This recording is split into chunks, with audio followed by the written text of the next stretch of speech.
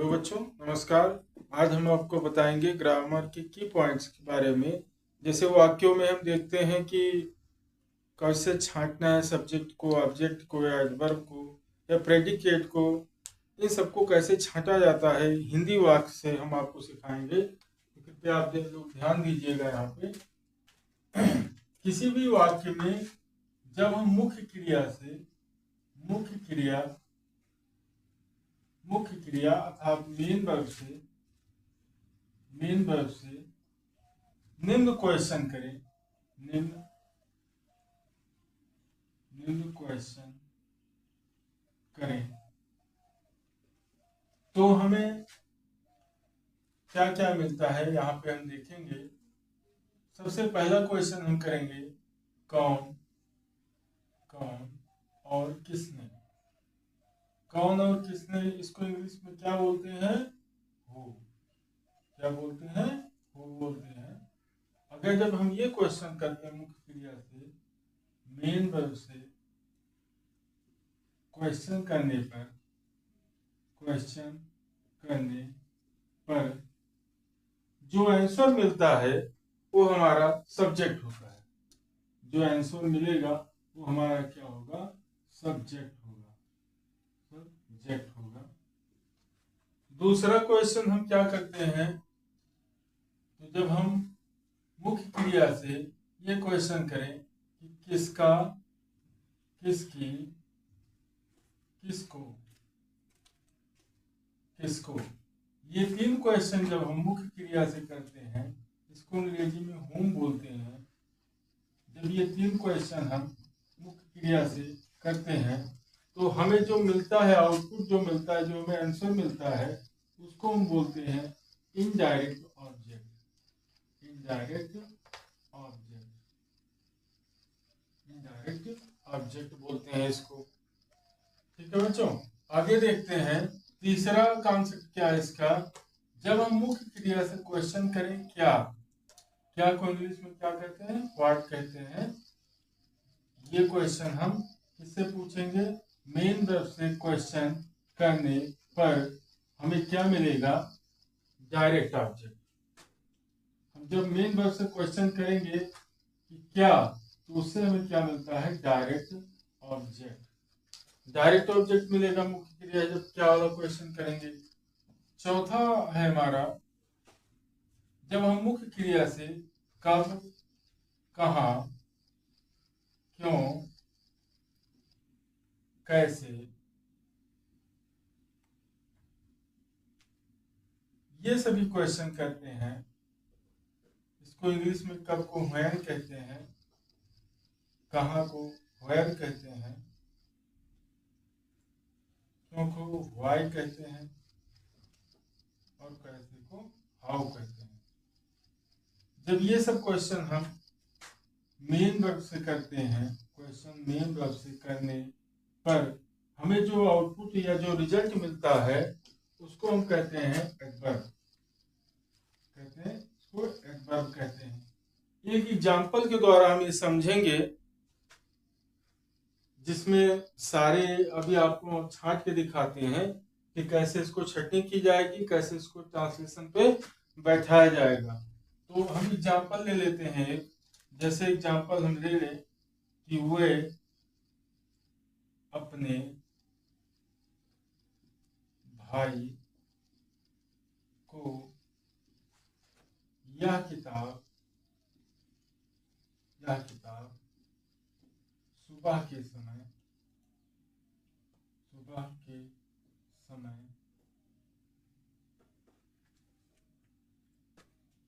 मुकेश के साथ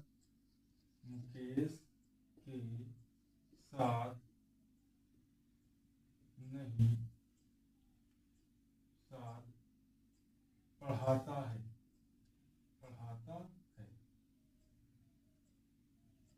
एक हमने वाक्य ले लिया जिसमें आपके सारे कॉन्सेप्ट आ जाएंगे कि वे अपने भाई को यह किताब सुबह के समय मुकेश के साथ पढ़ाते हैं। यहाँ पे प्लूरल में है तो पढ़ाते हैं रहेगा, पढ़ाते हैं।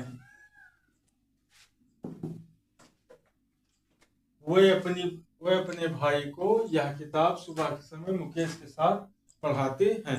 यहाँ पे हमारा मेन वर्ब क्या है? पढ़ाते हैं। पढ़ाते हैं मेन वर्ब क्यों है?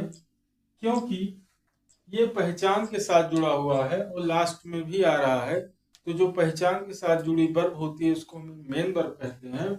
अभी जब हम क्वेश्चन करेंगे कि कौन पढ़ाते हैं, तो हमें क्या आंसर मिला कि वे, हमें आंसर मिला वे पढ़ाते हैं। तो वे हमारा यहाँ पे क्या हो जाएगा? सब्जेक्ट है। क्या है? सब्जेक्ट है। ये है आपका सब्जेक्ट। फिर क्वेश्चन करेंगे किसका, किसकी, किसको। तो किसको पढ़ाते हैं? अपने भाई को। तो अपने भाई को क्या है? ये इनडायरेक्ट ऑब्जेक्ट है। Indirect object. अभी हम क्वेश्चन करेंगे क्या पढ़ाते हैं? यह किताब। तो क्या से हमें क्या मिलता है? Direct object. Direct object. Direct object मिल गया हमें। फिर क्वेश्चन करेंगे कब पढ़ाते हैं? तो सुबह के समय। तो कब, कहाँ, क्यों, कैसे, ये सभी क्वेश्चन जब करते हैं तो हमें जो आंसर मिलता है वो हमारा क्या होता है? एडवर्ब होता है। ये क्या हो गया? आपका एडवर्ब है। ठीक है। कैसे पढ़ाते हैं? मुकेश के साथ। मुकेश के साथ, ये भी क्या है? एडवर्ब है। ठीक है बच्चों, देखो छटनी हो गई बहुत सही तरीके से, इसमें कोई भी शब्द छूटा नहीं है। इसको आप ग्रामर में आपको कोई दिक्कत नहीं आएगी। जैसे वे अपने भाई को यह किताब सुबह के समय मुकेश के साथ पढ़ाते हैं। हमने यहाँ पे मेन वर्ब क्या है? पढ़ाते हैं। हम जब क्वेश्चन करते हैं कौन पढ़ाते हैं? वे पढ़ाते हैं। वो हमारा क्या हो गया? सब्जेक्ट हो गया। फिर हम क्वेश्चन करेंगे क्या पढ़ाते हैं? यह किताब पढ़ाते हैं। यहाँ पे यह किताब क्या है? डायरेक्ट ऑब्जेक्ट है।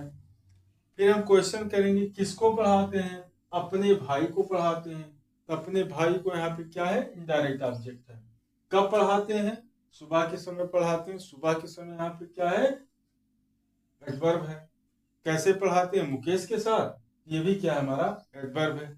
अभी इसका हम ट्रांसलेशन करते हैं। देखो किसी भी ट्रांसलेशन में सबसे पहले हम सब्जेक्ट लिखते हैं। सबसे पहले क्या लिखते हैं? सब्जेक्ट लिखते हैं। फिर उसके बाद हम क्या लिखते हैं? जैसे इंडेफिनिट है, ये मौके पे जो वाक्य आपको दिया गया है ये प्रेजेंट इंडेफिनिट का है। तो प्रेजेंट इंडेफिनिट में नियम क्या होता है? सबसे पहले सब्जेक्ट लिखा जाता है। तो हमारे पास सब्जेक्ट क्या है? दे। हमने क्या लिख दिया? दे लिख दिया। इसके बाद हम लिखते हैं मेन वर्ब की फर्स्ट फॉर्म। तो पढ़ाने का फर्स्ट फॉर्म क्या होता है? टीच। They teach. उसके बाद हम क्या लिखेंगे? डायरेक्ट ऑब्जेक्ट लिखेंगे। ऑब्जेक्ट में दो टाइप है। सबसे पहले हम डायरेक्ट ऑब्जेक्ट लिख लें, उसके बाद हम इनडायरेक्ट ऑब्जेक्ट को लिखेंगे। तो डायरेक्ट ऑब्जेक्ट हमारा यहाँ पे क्या है? यह किताब। तो दिस बुक। इसके बाद क्या लिखा जाएगा? This book. This book. किसको पढ़ाते हैं? अपने भाई को। To dear brother. यहाँ पे डियर क्यों लग गया? क्योंकि वे है। वे क्या है? बहुवचन है। बहुवचन प्रोनाउन है। ये मतलब प्लूरल प्रोनाउन है। और उसके साथ अगर अपना या अपनी आता है तो उसके लिए हम डियर का प्रयोग करते हैं। इसका प्रयोग डियर का प्रयोग करेंगे। ठीक है। फिर क्या बचता है हमारा? सुबह के समय मुकेश के साथ। ये दोनों ही एडवर्ब है। एडवर्ब का स्थान आपस में बदल सकते हैं, इससे वाक्य पे कोई फर्क नहीं पड़ता है। ठीक है। तो चाहे जिसको पहले लिख दें और चाहे जिसको बाद में लिख दें। तो मुकेश के साथ, तो with Mukesh, with Mukesh, with Mukesh. सुबह के समय के लिए हम लिखते हैं इन दी मॉर्निंग। इन दी मॉर्निंग।